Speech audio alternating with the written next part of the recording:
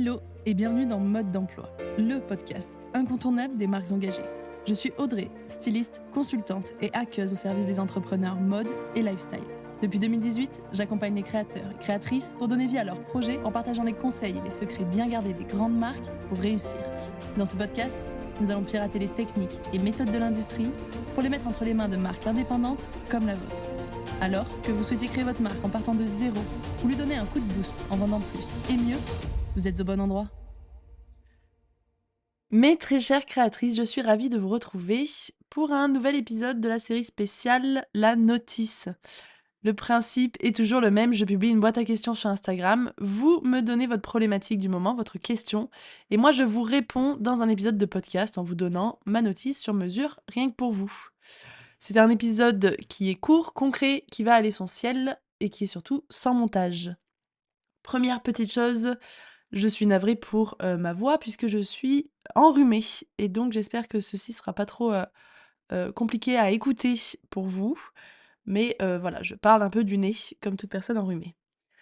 Alors, on est parti pour la notice du jour. C'est une question qui a été posée par Estelle. La question c'est comment imaginer une première collection été sans salon été et elle rajoute pas encore le budget. Donc je vais répondre en abordant 3 thématiques, enfin 3 sujets qui vont être du coup le sourcing, donc la recherche de matière, de tissu, le sourcing matière. Le deuxième thème, ce sera, la création et le stylisme et le troisième, ce sera ce point sur le budget. Alors la première chose, c'est que, les salons, donc quand Estelle me parle des salons, c'est, les salons type Première Vision et cetera où, sont réunis tous les, fournisseurs de tissus, les fabricants, les industriels et cetera et aussi les personnes qui vont faire de la tendance et qui vont exposer donc des tendances sur ces salons. Donc c'est voilà, des gros salons comme ça qui sont, en général, biannuels et qui parlent d'une saison en particulier. Donc ces salons, ils sont effectivement utiles quand on est, créatrice d'une marque pour, on va dire, optimiser sa recherche de matière, surtout. Enfin, sur la partie sourcing, c'est vraiment ça. Ça permet de voir tous les fournisseurs au même endroit en une journée. Enfin, vous aurez jamais le temps de faire le tour de tous les fournisseurs, en une journée, mais ça permet de voir tout le monde et du coup, d'optimiser et au lieu d'aller contacter à droite à gauche des fournisseurs, de voir tout le monde, en une seule fois. Donc c'est vrai que c'est pratique, mais c'est pas forcément indispensable pour son sourcing de matière. Si on n'a pas la possibilité d'aller sur des salons et moi je connais plein de créatrices qui, pour leur première collection, ne se sont pas déplacées sur des salons parce qu'elles habitaient pas forcément, soit en France, soit, en métropole. Donc pour ces créatrices-là, l'important, c'est de contacter finalement les fournisseurs qui les intéressent, de prendre des rendez-vous, de faire des échanges par mail, de demander des échantillons et cetera. Mais en gros, de faire le sourcing de manière, plus classique, à savoir, en direct avec les fournisseurs et à distance, quoi. Il y a plein de fournisseurs, pour celles qui sont, pas très loin de chez eux, il y a plein de fournisseurs qui vous proposent de vous rendre sur place pour découvrir, leur collection. Quand je parle de collection, je parle de la collection de tissus des fournisseurs. Faut savoir qu'eux aussi, ils appellent ça une collection, d'accord? C'est chaque année, chaque saison, ils sortent des nouveaux tissus qui font partie de leur nouvelle collection. Donc la première chose, c'est que oui, les salons sont utiles, mais ils sont pas indispensables. Alors Estelle, si tu as besoin, il faut que tu contactes directement les fournisseurs qui t'intéressent et que tu leur demandes des échantillons, pour les recevoir chez toi, directement. Mais bien évidemment que les salons sont utiles pour réunir ce sourcing-là, pour les tendances, et cetera.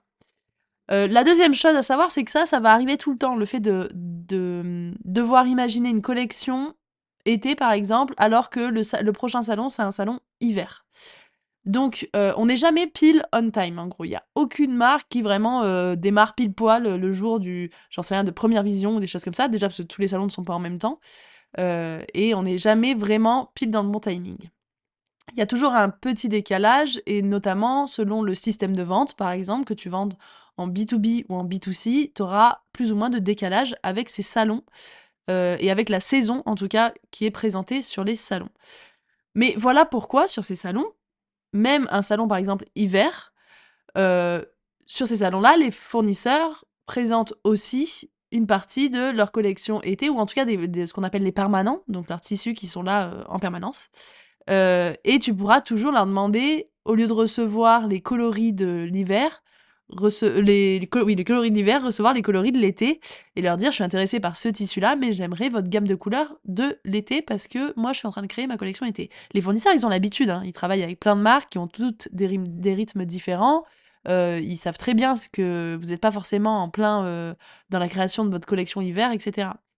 Donc ça, quoi qu'il arrive, il faut se rendre sur ces salons-là, même si c'est le salon qui présente la collection hiver, peu importe, on se rend sur place. Déjà, on anticipe la prochaine collection hiver, par exemple, ou alors, on a du retard dans le sens où la collection hiver, on l'a déjà créée, il y a 6 mois, mais c'est pas grave, on vérifie, on affirme les tendances et cetera, on s'intéresse et auprès des fournisseurs, on demande à recevoir aussi des coloris ou des motifs, plus estivales, plus estivaux, je ne sais pas.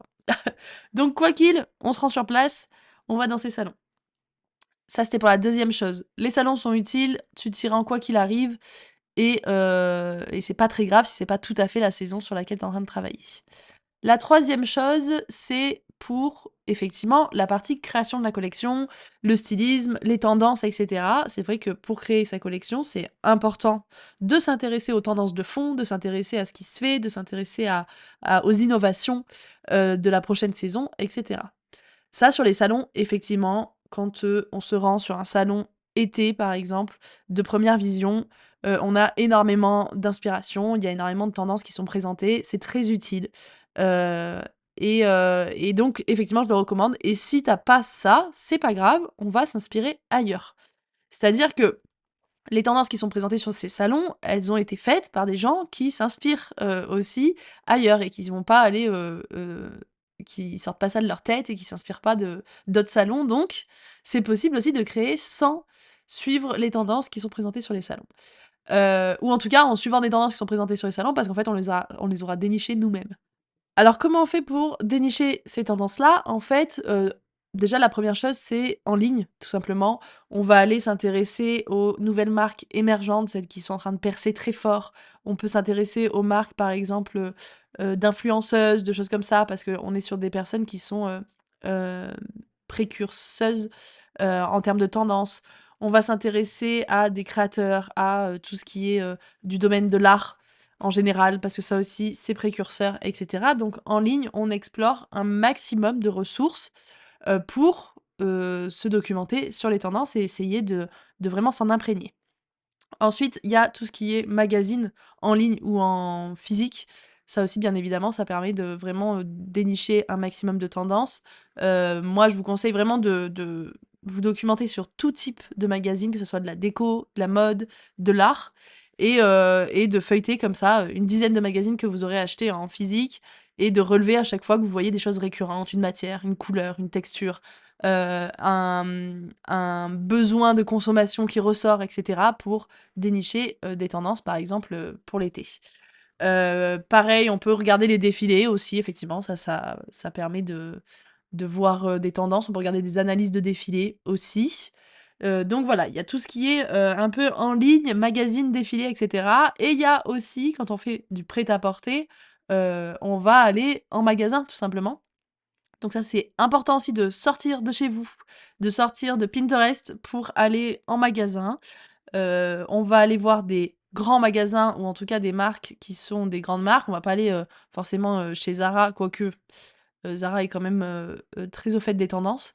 Mais on va aller, se s'inspirer en magasin pour voir ce qui se fait, pour voir s'il y a des nouvelles matières, des nouvelles couleurs, pour voir, ce qu'ils ont mis en vitrine et cetera. Parce que, forcément, les grosses marques sont un peu en avance aussi parce que, elles anticipent le besoin du consommateur et de la consommatrice et donc elles ont, des tendances qui peuvent être présentées en magasin et en boutique et en pardon et en vitrine donc allez-y, rendez-vous en magasin. Estelle, si, c'est tu la possibilité, balade-toi, va faire les boutiques, tu verras, c'est inspirant et essaye de ne pas trop dépenser tout ton argent, bien sûr. Ça, c'était pour le troisième point.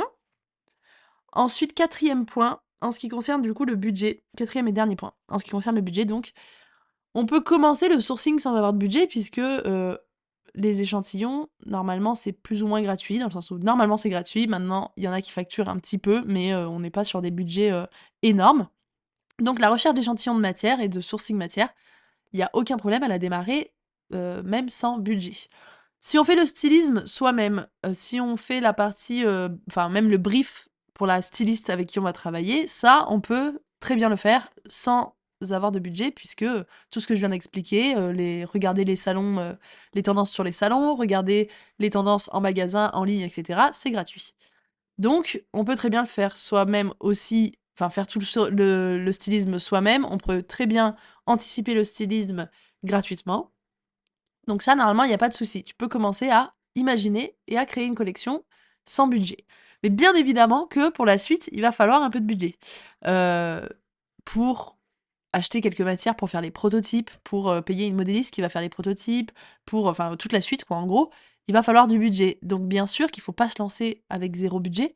Il faut, quand même avoir un petit matelas de sécurité, on va dire, pour pouvoir commencer, les premières dépenses de, matières, de prototypes. Et c'est pour ça d'ailleurs que, je suis, tout à fait contre les personnes qui disent qu'on peut créer sa marque sans argent. Parce qu'on va pas créer une marque, on va faire du dropshipping, ça s'appelle. Donc voilà, je suis, tout à fait contre ça. Il faut évidemment à un moment donné avoir du budget, mais on peut anticiper un maximum de choses comme le sourcing, le stylisme, le brief créatif, et cetera. La DN de marque, le branding et tout ça. Ça, c'est possible de le faire en amont, sans budget, et de le faire soi-même.